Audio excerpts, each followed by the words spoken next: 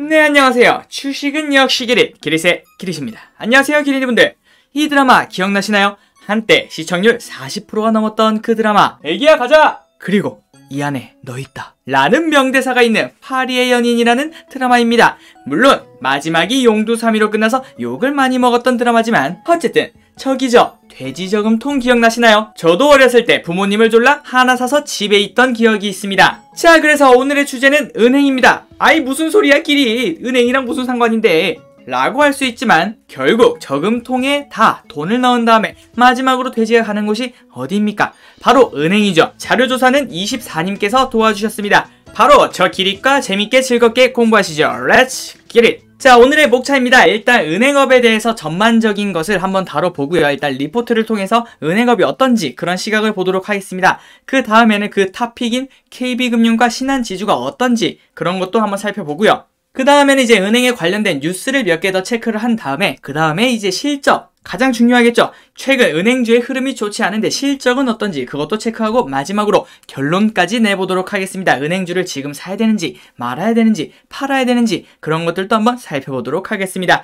네, 바로 들어가도록 하겠습니다. 그 전에 좋아요는 저에게 정말 큰 힘이 됩니다. 정말 항상 사랑합니다. 자, 2020년은 언택트의 해였죠. 코로나 때문에 우리가 정말 많이 피해를 봤습니다. 자영업자는 물론이고 우리한테도 일상생활 자체가 없어졌죠. 자, 그 관련 뉴스를 보도록 하겠습니다. 언택트의 빛난 OLED, LG 디스플레이 4분기 깜짝 실적. 이게 왜 그랬을까요? 맞습니다. 이제 밖에서 사람들을 만나지 못하니까 보는 게 많아졌죠. 집에서 영화를 보거나 아니면 드라마를 보거나 핸드폰을 보거나 컴퓨터를 보거나 그런 식으로 시각적인 게 꽤나 중요해졌습니다. 집에 있는 시간이 늘어났기 때문이죠. 그리고 여행을 가지 못하는 이제 그런 돈이 조금씩 쌓이기 시작을 했습니다.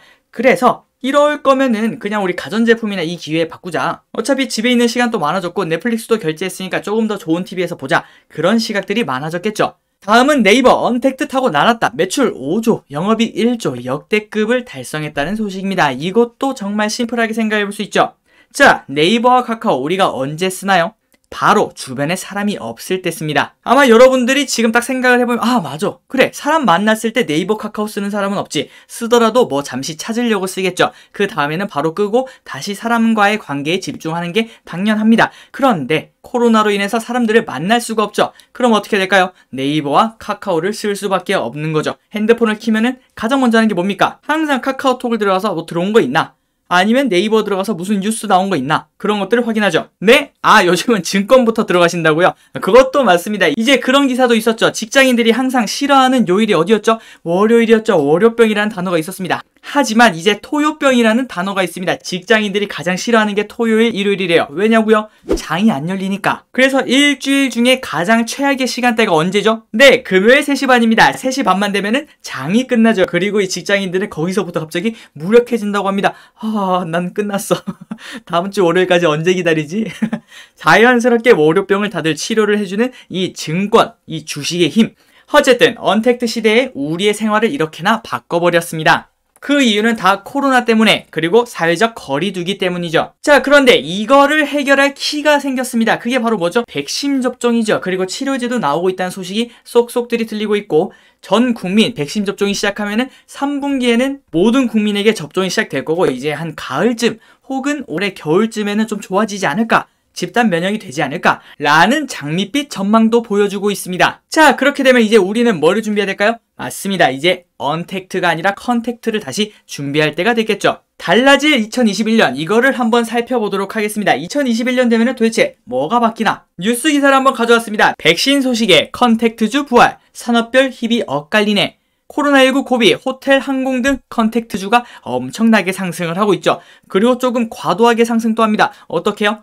코로나가 없었을 때보다 오히려 주가가 더 오르는 그런 말도 안 되는 상황도 펼쳐지고 있죠. 그리고 잠꽹 컨택트주 누가 먼저 치고 나갈까? 그래서 정말 많은 주식들이 이미 많이 올랐습니다. 하지만 아직도 못 오른 주식도 있겠죠. 코로나19 벗어날까 기대감에 언택트 컨택트주 희비교차를 하고 있다고 합니다. 언택트는 상대적으로 죽어가고 있고 컨택트는 다시 올라오는 걸 확인할 수 있죠. 그리고 우리가 지금 생각을 해봐도 내년 이맘때쯤에는 이제 다시 컨택트가 시작된다. 마스크 없는 생활이 혹시나 가능할 수 있다라는 것도 생각을 해볼 수 있습니다. 그래서 양혜정 DS투자증권 연구원은 백신이 개발되면 주식시장의 본격적인 옥석가리기가 시작될 것으로 보인다. 김승현 유안타증권 투자전략팀장은 현재와 같이 코로나19가 정상화되는 단계에서는 자동차, 철강, 은행 관련주가 수혜를 볼 것이라고 말을 했다고 합니다. 11월 10일 기사거든요. 정말 오래된 기사인데 대단한 인사이트였습니다. 한번 볼까요? 현대차 어마무시하게 올랐죠. 11월 10일이면 한 이때쯤입니다. 제가 저분을 몰랐던 게 한탄스럽습니다. 이때부터 엄청나게 상승을 한 걸 확인하실 수 있고요. 그리고 11월 10일 언제죠? 한 이쯤 되겠군요. 이때만 샀어도 어마무시하게 상승한 것들 확인할 수 있습니다. 그리고 현대차와 포스코는 전 고점, 그러니까 코로나가 없을 때 그때보다 더 상승한 것을 확인하실 수 있죠. 자, 그리고 마지막으로 말한 게 어디였죠? 네, 맞습니다. 은행입니다. 하지만 은행은 11월 10일 날 샀으면 거의 비슷하거나 아니면 조금 올랐겠군요. 아직 그리고 코로나 전 주가를 전혀 회복을 하지 못하고 있습니다. 그렇다면 아까 그 뉴스에 따라서 컨택트가 시작되게 되면 은행에 관련된 주식도 다시 이 검은 선을 최소한 회복하지 않을까라는 생각을 해볼 수 있겠죠. 자, 그래서 키움증권에서 나온 리포트를 한번 살펴보도록 하겠습니다. 코로나 시대에 가장 부진한 수익률을 기록한 은행업종, 네, 팩트입니다. 국내 은행업종, 주요 업종 가운데 1년간 가장 부진한 수익률 달성. 시장의 우려와 달리 국내 금융지주는 기대 이상의 실적을 달성했다. 그래서 주요 업종 중 가장 매력적인 밸류에이션이 유지되고 있다라는 걸 볼 수 있습니다. 밑에 이 표를 보시면은 국내 상장 주요 업종의 퍼입니다. 이것을 보시면 1등이 건강관리 71배, 어마무시하죠. 그 다음 에너지 25배, 미디어 24배, 화학 19배, 운송 15배, 코스피는 14배, 반도체 13배, 유틸리티 10배, 그리고 밑에 쭉 내려오면 은행 4.8배. 퍼가 4.8이란 게 무슨 뜻이죠? 은행에 순이익을 4.8년만 모으면, 그러니까 5년만 모으면 다시 은행을 또 살 수 있다는 겁니다. 말이 될까요? 말이 안 되죠. 그만큼 싸다는 소리입니다. 그만큼 싼 은행이 주가 상승률 비교를 딱 보시면은 1년 절대 수익률이 1등 경기소비재, 2등 헬스케어, 3등 미디어 엔터, 4등 정보기술, 이런 애들은 다 50% 이상씩 상승을 했는데 은행은 오히려 마이너스 9.2%, 10% 정도 하락한 걸 확인할 수 있죠. 그 이유는 아마 이것 때문인 것 같습니다. 시장의 우려, 이것을 한번 계속 살펴보도록 할게요. 다음, 코로나 충격이 가장 적었음에도 국내 은행, 선진국가 은행 대비 부진한 수익률 달성. 자, 이게 무슨 소린가? 작년에 코로나가 우리나라, 아니죠, 전 세계를 휩쓸었습니다. 그 상황에서 우리나라는 다른 나라에 비해서 잘 막았을까요? 못 막았을까요? 모두가 이구동성으로 말할 것 같습니다. 이 정도면은 완전 잘 막았죠 라고 말을 할 수 있어요. 그만큼 우리나라는 코로나의 피해가 그렇게 크다고 말할 수는 없습니다. 미국과 유럽을 보십시오. 난리도 아닙니다. 그런데도 불구하고 우리나라 은행은 선진국 은행 대비 부진한 수익률을 계속 달성하고 있다는 소리입니다. 망할 거면 다 같이 망해야지. 왜 우리는 코로나 잘 막았는데 우리 은행은 왜 이럴까? 라는 생각을 충분히 해볼 수 있겠죠.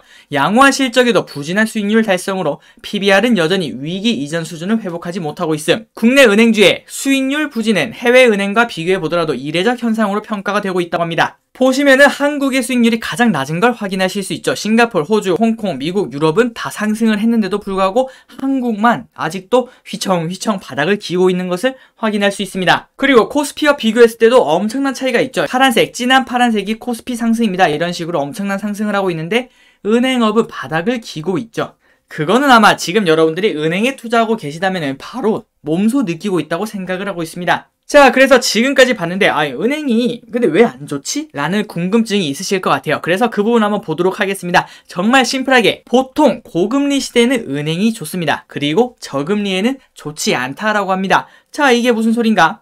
심플하게 생각할 수 있겠죠. 은행은 뭘로 돈을 벌죠? 네, 맞습니다. 여러분들에게 돈을 빌려주고 그 다음에 그 이자를 받아서 돈을 버는 게 일단 은행의 기본적인 메커니즘이죠. 그래서 고금리에는 이자를 높게 받을 수 있으니까 은행이 흐름이 좋다라고 생각하시면 되고, 저금리에는 이자를 낮게 받을 수밖에 없죠. 그래서 지금 여러분들이 만약에 대출을 받으러 가거나 아니면 마이너스 통장을 뚫는다고 할 때 살짝 기쁜 것을 느낄 수 있습니다. 금리가 이거밖에 안 해? 라고 생각할 수 있겠죠. 그만큼 은행은 상대적으로 손해를 볼 수도 있다라는 시각이 있는 겁니다. 그래서 고금리에는 은행이 좋고 저금리에는 좋지 않다라고 할 수 있겠죠. 그리고 그것은 바로 여기서 쉽게 확인이 가능합니다. 자, 한국은행 기준금리를 보도록 하겠습니다. 여기 보시면 2008년에 무려 연 5%가 넘는 기준금리를 가지고 있었습니다. 이 말이 뭐죠? 은행에다 돈을 넣으면 연 5%의 이자를 줬다는 거죠. 대단합니다. 그런데 이제 그 금리가 쭉 빠지기 시작하면서 하락, 상승, 하락, 상승, 하락, 이런 식으로 보이는 걸 확인할 수 있죠. 그 옆에 신한지주 차트도 한번 보시죠. 쭉 하락, 상승, 하락, 상승,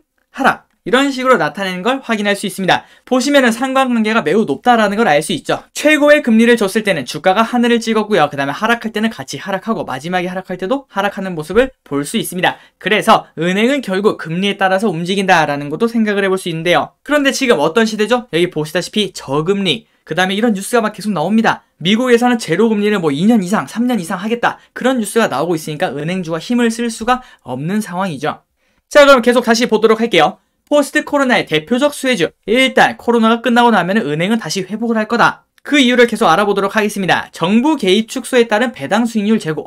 이게 무슨 소리지? 정부가 개입한다는 소린가? 코로나 위기가 일단락된 후 정부의 정책 기조, 정상적 운영 방식으로 변경 예상. 이 말은 지금 정부가 은행에 뭔가를 하고 있구나. 그런데 코로나가 끝나면은 다시 원래대로 돌려놓겠구나 라는 걸 알 수 있습니다. 그래, 그러면은 정부가 도대체 뭘 하는데 궁금하다 길이. 정부의 은행 배당 개입 축소. 이거군요. 정부가 은행한테 배당을 이번 지금 코로나 때는 좀 위험할 수 있으니까 조금 줄여서 주도록 해. 혹시나 이제 예전에 2008년 기억나지? 그거 다 금융이 무너져서 그래. 금융을 지키기 위해서 우리 배당 성향을 좀만 낮추자고 라고 정부가 말을 했나 봅니다. 그런데 코로나가 끝나면은 그 말을 할 필요가 없겠죠. 그걸 다시 취소를 해서 이제 배당을 다시 많이 줘도 된다. 이제 상황이 좋아졌다 라고 말을 할 수 있을 것 같습니다. 자, 그런데 은행에 투자하지 않으신 분들한테 딱 들어보면은 뭐 그럴듯한 소리입니다. 맞아. 이거 혹시 우리나라 경제가 무너질 수 있으니까 금융은 탄탄하게 지켜야지. 그래, 정부가 잘했네 라고 생각할 수 있겠지만, 하지만 은행에 투자하시는 분들한테는 청천벽력 같은 소리죠. 왜 그렇죠? 은행에 투자하는 이유가 뭔가요? 높은 배당률 때문에 그렇습니다. 보시면 배당 수익률이 어마무시하게 계속 상승하는 것을 확인하실 수 있죠. 이걸 보시면 코스피는 이제 평균 한 1.5에서 2% 정도의 배당을 주는 걸 확인할 수 있습니다. 갈수록 좋아지고 있는 상황이긴 하지만 어쨌든 코스피 배당 수익률 평균은 2%, 은행은 2020년에 6에서 7%가 넘는 수익률을 줄 수 있죠. 하지만 이걸 기대하고 들어갔던 은행에 관련된 주주분들은 아주 말도 안 되는 소리인 겁니다. 아니, 내가 배당 보고 들어갔는데 배당을 깎으면 어떡하냐. 그리고 딱 보니까 뭐 그렇게 상황이 나쁘지도 않구만. 야, 코스피가 3,200이다 라고 말을 할 수 있겠죠. 자, 그래서 이 기사에서 한 번 더 살펴보도록 하겠습니다. 역대급 실적 내 금융지주 배당 20% 못 넘긴다. 주주 불만 이탈 어쩌나. 작년에 2020년에 그렇게 힘든 상황이었는데도 불구하고 왜 힘들었죠? 맞습니다. 저금리 때문에 그렇죠. 그런데도 불구하고 역대급 실적을 냈다고 합니다. 그 이유가 뭘까요? 맞죠. 뉴스 기사를 보시거나 아니면 여러분들 스스로도 비투를 혹시 하시거나 아니면은 빚을 내서 일단 마이너스 통장은 뚫어 놓자 라는 분들이 많으셨겠죠. 그런 것들이 양이 많아진 겁니다. 은행 입장에서는 아이고 이거 생각보다 괜찮네 라고 생각을 할 수 있겠죠.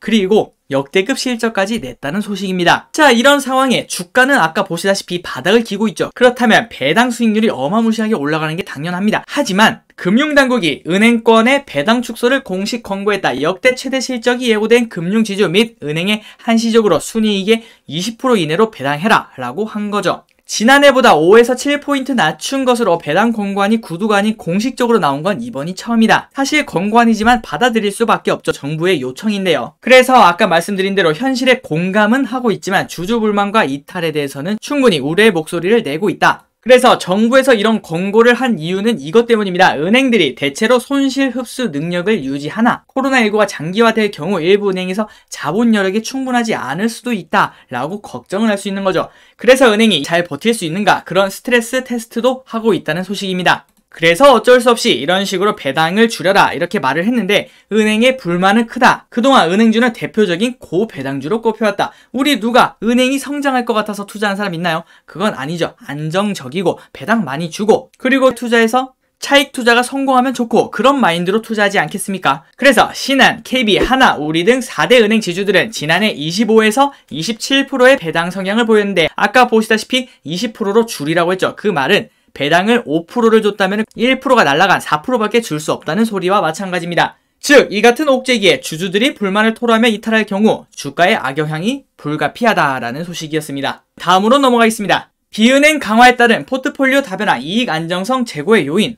이제 다시 좋은 얘기가 나왔군요. 자, 이게 무슨 소리일까요? 이제까지 은행은 은행이었지만 이제는 은행이 아니란 소리입니다. 아니, 이게 무슨 소리야, 길이. 은행이 아니라니. 뭐 홍길동이 형을 형이라 부르지 못하고 아버지를 아버지로 부르지 못하는 뭐 그런 건가? 아니, 그건 아니고 진짜 은행이 아니라 다른 것들을 많이 하고 있다는 소리입니다. 한번 보시죠. 비은행 분야를 강화, 은행 비중을 축소함으로써 이익의 안정성을 제고함. 이때까지 금리에 흔들리던 은행의 시대는 갔다라는 소리죠. 증권, 보험, 캐피탈, 카드 등 비은행 전 분야에서 안정적인 이익 성장세가 지속될 전망이라고 하고 있습니다. 그리고 은행의 자산관리 경쟁력 약화, 그런 상황이 펼쳐질 수 있죠. 왜냐하면 가면 갈수록 이제 금리가 올라갈 수 있는 상황이 없어질 것 같습니다. 그것을 증권 경쟁력 강화를 통해 해소를 할 수 있다라고 하고 있군요. 주식 등으로의 개인 자산 구조 변화로 인한 은행 서비스 수요가 축소가 되고 있고 증권 강화를 통해 해소를 할 수 있다라고 말을 하고 있습니다. 자, 왼쪽을 보시면 은행이 관리하는 자산관리 수익이 오른쪽으로 줄어드는 걸 확인할 수 있죠. 하지만 그에 반면 증권 이익 비중이 이런 식으로 쭉 올라가는 걸 확인할 수 있습니다. 지금 모든 사람들이 주식에 뛰어들었기 때문이죠. 그리고 우리가 많이 사용하는 증권사들도 신한, KB 그런 것들을 많이 사용하지 않겠습니까? 그리고 게다가 하나 더, 은행 관련주가 또 좋을 수밖에 없다라는 시각을 하나 더 가져왔습니다. 자, 이게 뭐냐? 경제 성장률과 기준금리, 은행지수업 추이를 보여줬습니다. 아까 기준금리와 은행지수를 봤죠? 거의 비슷하게 움직인 걸 확인할 수 있습니다. 자, 그리고 플러스 그거와 같이 경제 성장률도 같이 움직이는 걸 확인할 수 있는데요. 근데 그거 지금 생각해보면 당연합니다. 경제 성장률이 올라가면 올라갈수록 기준금리는 다시 올라갈 수밖에 없겠죠.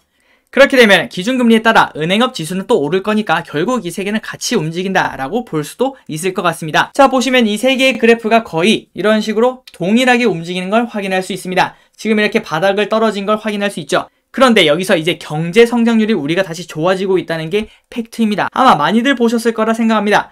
그래서 GDP가 이런 식으로 다시 증가하기 시작하면은 기준금리도 결국 따라서 올라갈 거고, 그렇게 되면 결국 은행은 올라갈 거다라는 시각을 볼 수 있겠죠. 하지만 하루아침에 움직이진 않을 겁니다. 제가 생각했을 때 거북이 종목 3대장 있죠. 한국전력, KTNG, 그리고 하나가 은행이지 않나 라고 저 개인적으로 생각을 하고 있습니다. 그 정도의 거북이처럼 움직이겠지만 결국 금리는 올라갈 것이다 라는 걸 생각해 볼 수 있겠죠. 왜냐? 경제 성장률이 이렇게 올라가니까요. 그래서 이 뉴스를 보시면 IMF 올해 경제 성장률 전망치 3.1%로 상향했다는 소식입니다. 그리고 한국뿐만 아니라 이머징, 전 세계 이런 식으로 엄청나게 상승하는 것도 확인할 수 있죠. 물론 바로 하루아침에 금리가 올라가진 않을 겁니다. 그러나 지금 생각했을 때 그거죠. 더 이상 나빠질 건 없다. 자, 그래서 요약을 한번 해보도록 하겠습니다. 은행업종 투자 의견 및 요약, 포스트 코로나 시대의 최대 수혜업종, 더 이상 소외되기 어렵다. 정부 정책 기조의 변화의 수혜주, 비은행 강화를 통한 이익구조 다변화로 인한 이익 안정성 제고, 증권업 호황의 수혜산업, 지금까지 다 살펴보았습니다. 다 머릿속에 탁탁탁탁 박히죠? 혹시 모르니까 빠르게 정리하겠습니다. 더 이상 소외되기 어렵다. 왜죠? 아까 보시다시피 글로벌 은행도 다 오르고 있고 그 다음에 나머지 주식들은 다 오르고 있는데 돈은 잘 벌고 있는 은행이 더 이상 안 오를 이유가 없다라고 말할 수 있겠죠. 두 번째, 정부 정책 기조의 변화의 수혜주, 코로나 상태가 좋아지고 아까 말씀드리다시피 코스피가 3200시대입니다. 그만큼 코로나 위기는 거의 다 탈피했다. 그렇게 되면은 정부에서 말하는 배당 축소는 없어질 확률이 매우 높다라고 볼 수 있겠죠. 그렇다면 안 그래도 고배당이지만 올해는 더 큰 고배당을 기대해 볼 수 있다라고 생각을 할 수 있을 것 같습니다. 자, 그 다음 비은행 강화를 통해 아까 보시다시피 여러 가지를 다 다루고 있습니다. 은행 이익 비중이 50%로 줄어들게 된 거죠. 이제 은행이 아닌 겁니다. 그리고 증권업 호황의 수혜산업, 알죠. 여러분들 지금 주위를 둘러보시죠. 우리를 비롯해서 주식 투자한 사람들이 얼마나 늘었습니까? 당연히 수혜산업 중에 하나라고 볼 수 있겠죠. 그래서 투자 유망 종목은 KB금융과 신한지주를 탑픽으로 추천한다고 합니다. KB금융 빠르게 알아보도록 하겠습니다. 벌써 시간 이렇게 지났군요. 자, 증권 이익 비중이 가장 높은 국내 최대 은행지주라고 하고 있습니다. 금융지주 가운데 가장 큰 규모의 증권사를 소유, 증시 호조에 따른 이익 성장 기여가 클 것, 은행 업종 내 투자 매력도가 가장 높다라고 하고 있습니다. 목표 주가를 7만원으로 상향 조정을 한다고 합니다. 지금 얼만데요? 45,000원이라고 하고 있습니다. 그렇다면 위로 올라갈 상승폭이 아직 어마어마하게 남은 걸 확인하실 수 있죠. 그리고 2021년 코로나 종식 이후 배당 규제 완화될 경우 배당 성향이 상향이 되고 투자 매력도는 가면 갈수록 높아진다라는 걸 알 수 있습니다. 자, 그리고 KB그룹은 은행업, 여신 전문업, 금융투자업, 보험업 부분 등에서 13개 주요 계열사가 선도적인 영업활동을 펼치고 있다고 하고 있네요. 아까 말했던 대로 은행이 아닌 거죠. 은행, 여신, 금융투자, 보험, 저축은행, 기타 부분 이런 것들로 나와 있는 걸 확인할 수 있습니다. 자, 그래서 은행 및 비은행 부분 수수료 비중을 딱 보시면은 왼쪽은 19년도, 그 다음에 오른쪽은 20년도인데 노란색이 비은행입니다. 회색이 은행. 49.1%에서 1년이 지나니까 37%로 확 줄어드는 걸 확인하실 수 있죠. 그만큼 비은행에서 벌어들이는 수수료가 더 많다는 소리죠. 다음은 신한금융지주를 한번 보도록 하겠습니다. 신한금융지주, 포스트 코로나의 대표적 수혜주, 마찬가지입니다. 도찐, 개찐, 도찐. KB가 오르는데 신한은 안 오를 이유가 없겠죠. 그래서 제가 항상 말씀드리는 거, 항상 은행이 좋다고 생각을 하면은 진짜 은행에 관련된 주식 한 두세 개를 한 번에 사십시오. 괜히 하나만 골라가지고 얘는 오르는데 얘는 왜 떨어져, 결국 난 똥손인가 봐 라고 생각하지 마시고 결국 몇 개를 고르게 사셔서 그 평균을 먹는 게 가장 좋습니다. 항상 3프로TV의 김프로님도 말씀하시는 부분이죠. 오늘 아침에도 말씀하시더라고요. 자, 그래서 증권 등 비은행 비중 가장 높은 금융 지주사로 비은행 이익 증가에 따른 안정적 이익 성장 전망, 과도한 저평가, 분기 실적 발표 이후 점진적 해소 전망, 목표가는 55,000원이고 지금 현재 가격은 32,000원이라고 하고 있습니다. 그런데 사실 개인적으로 목표가까지 가는 데는 좀 많이 걸리지 않나 라는 생각을 조금은 하고 있습니다. 자, 그리고 이것도 마찬가지죠. 그룹사별 단기 순이익 비중을 보시면은 은행 부분이 19년도와 20년입니다. 19년도를 보시면 은행 부분이 66%였지만 59%로 줄어들고 비은행이 쫙 늘어나는 걸 확인하실 수 있죠. 자, 다음은 이제 관련 뉴스를 정말 짧게 알아보도록 하겠습니다. 하나는 중국, 신한은 베트남, KB는 인니에서 금을 캔다. 이게 무슨 소리죠? 진짜 금을 캘까요? 아닙니다. 은행업도 해외에 진출하고 있다는 소리죠. 주력인 신한 베트남은행은 2020년에만 5개 영업점을 개점, 베트남 외국계 은행 중 최다인 총 41개 채널을 보유하게 되었다. 신한금융지주는 인도네시아, 캄보디아, 인도 등에서도 전년 대비 두 자릿수 성장률을 기록할 것이라는 전망이 지배적이다. 그리고 인도네시아 증시에 상장되어 있는 현지 금융회사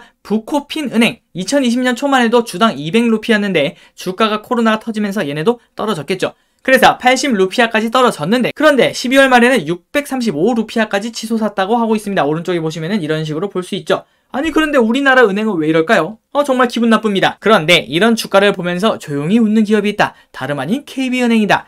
KB금융은 2018년 7월 부코핀은행 지분 22%를 취득해 1회 주주라고 하고 있습니다. 자, 그래서 KB은행 인도네시아 현지 광고 공개. 광고 모델이 누굴까요? BTS입니다. BTS. Star is coming. 그래서 KB국민은행 광고 모델 방탄소년단이 인도네시아에 등장해 경제 발전의 산실인 도심 곳곳을 밝히는 인도네시아의 별이 된다라는 스토리를 담고 있다는 소식입니다. 그리고 KB금융, 세계은행 산하, IFC와 협약, 동남아 사업 확대. 이번 협약을 통해 KB금융과 IFC는 인도네시아, 미얀마, 캄보디아 등 동남아 지역을 중심으로 포용적 금융 확대를 위한 공동 상품 개발과 자금 조달 및 공동 투자 등의 분야에서 포괄적인 업무 협력을 추진할 예정이라고 하고 있습니다. 그리고 KB금융, 내달 태국 여신금융시장 진출 확정.